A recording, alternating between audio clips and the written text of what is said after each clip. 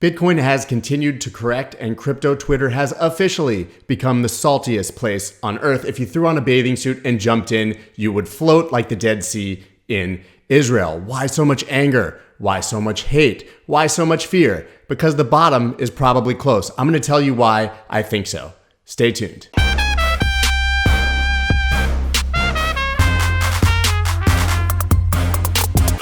What is up, everybody? I'm Scott Melker, also known as the Wolf of All Streets. Please subscribe to the channel and go ahead and hit that like button down below. There's incredible fear in the market and people are panicking about the dumbest things I have ever heard. We have countless narratives across the board fudding Bitcoin, fudding crypto, fudding basically every market at the moment, which is usually a tactic by strong hands to shake you out of your positions. Is the Bitcoin correction over? Well, I don't know better than anyone else. I know that I was skeptical yesterday, but now I'm seeing the signals that I like on this recent drop that could signal that a bottom is in or very close. And I, for one, have already started buying the dip and have had bids filled that I discussed over the past week that have been sitting there waiting. Let's dig into the charts first, and then we'll talk about the news and the narratives. First, we have the Bitcoin daily chart here. I shared this before. We only had about a 15 or 16% correction initially. Now we have a 26.75% correction from top to bottom. 30+% corrections are extremely common in a Bitcoin bull run. They do not mean a bear market. We saw about 8 of them between 2015 and 2017 and have already seen a few just this year as Bitcoin has continued to rip up afterwards. Now, as I shared in a chart before, if we do get a 30%-ish correction, we would drop right into this key demand zone on the daily chart where we should see epic support. Everybody's been talking about this area, 43,000 to 46,000 or so. It may hit, but what happens when everyone's talking about an area generally? Either we nuke through and go much lower, or price bounces above it. People don't get to fill their bids and they end up buying higher. That is generally how this works. I am not saying that we have necessarily bottomed, but the signals emotionally and on the chart are starting to show up. This is also a daily chart. As you can see, we had the series of higher highs and lows. Well, now we have potentially broken this sequence with a lower low. Now, if you look at a line chart and you consider closes, which many people do for higher highs and higher lows, we could still close above this level around 51,300 and keep that trend intact. Also, it would be pretty epic to see a close above the bottom of this demand range, because that would give us a wick down and close above this previous swing low, which is called a bullish SFP, meaning that liquidity was found down here. It's a reversal signal to the upside. So one thing I will really be watching for if we get it is a close right around 50,314 or higher, which would give us a daily bullish SFP. We want to see that on the daily chart. Now, drilling into the 4-hour, we have my favorite reversal signal. I drew these a few times over the past few weeks, guys, saying it was what I was looking for, and now we have it and officially confirmed. 4-hour chart has bullish divergence with oversold RSI. Not only coming out of oversold, both are oversold. This low and this low on RSI.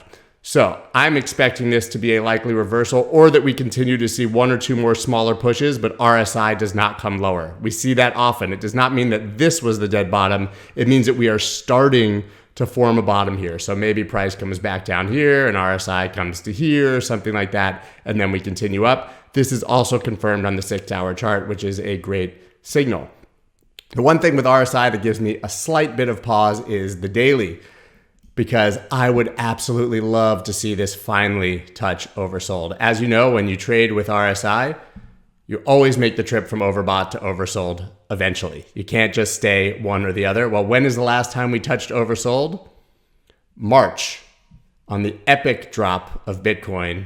It went to almost 15 RSI, which is somewhat absurd, on March 12th last year when the market completely crashed. We have not touched oversold since then, but have touched overbought a number of times. So maybe we make a bigger bull div on the 4-hour, but close a bit lower and finally get this oversold RSI in the daily, which would be a great signal that we are fully refueled for another run to the top. So I'll be looking either for a SFP on the daily with a slightly higher close or a slightly lower close to give us oversold RSI. Honestly, I think that this is bottoming and there's no reason to panic based on past dips. we are still well within the realm at like 26% of a normal, healthy retracement. Anything can happen, but the fact that every time I say something positive about Bitcoin now, people get triggered and freak out and tell me that I'm a scammer because I'm telling people to go lose their money, usually a sign that the bottom is close. Now, I want to talk about a bit of news because we've had so much negative news about Bitcoin, and most of it is completely fake. Just last weekend, we had the Coinbase FUD that they were dumping on the market, which I've clarified at least 100 times, including on national news on Fox Business. We had the China hash rate FUD. We had America looking into Russian wallets. We had the US Treasury going to prosecute people for KYC AML violations, which literally just didn't happen and was reported as news.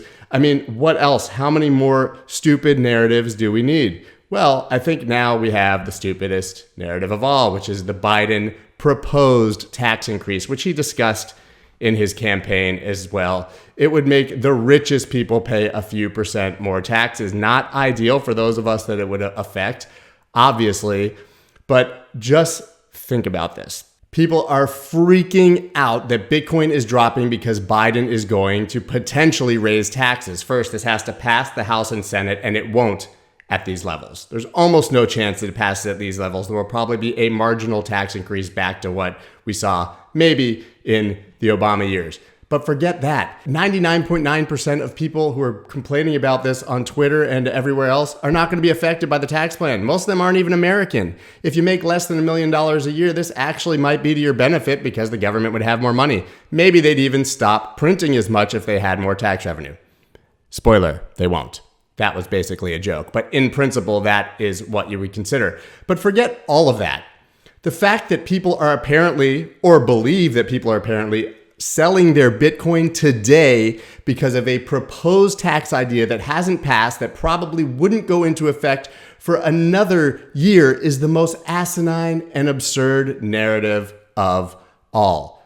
You are selling your Bitcoin because you think that taxes might be high for a select few Americans in the future? Maybe. This reminds me of the classic quote from the movie Billy Madison. What you just said is one of the most insanely idiotic things I have ever heard. At no point in your rambling, incoherent response were you even close to anything that could be considered a rational thought. Everyone in this room is now dumber for having listened to it. I award you no points, and may God have mercy on your soul. Do not fall for fake news. Do not fall for narratives. Nothing has changed about the fundamental value of Bitcoin. If you are a Bitcoiner and you truly believe, you should be salivating and licking your lips right now at any opportunity to buy the dip, whether it's now, lower, or a bit higher. We all know that Bitcoin is going to go higher with time. Don't be a jackass and trade your money away because you think that the US government might raise taxes in 2022. Once again, everybody, I am Scott Melker, also known as the Wolf of All Streets. I will be live streaming today at 2 p.m. Eastern Standard Time to expand on these thoughts and share a whole lot more charts for what to watch going into the weekend. Please subscribe to the channel, hit the like button, join my newsletter, check out everything in the description. Until later, peace.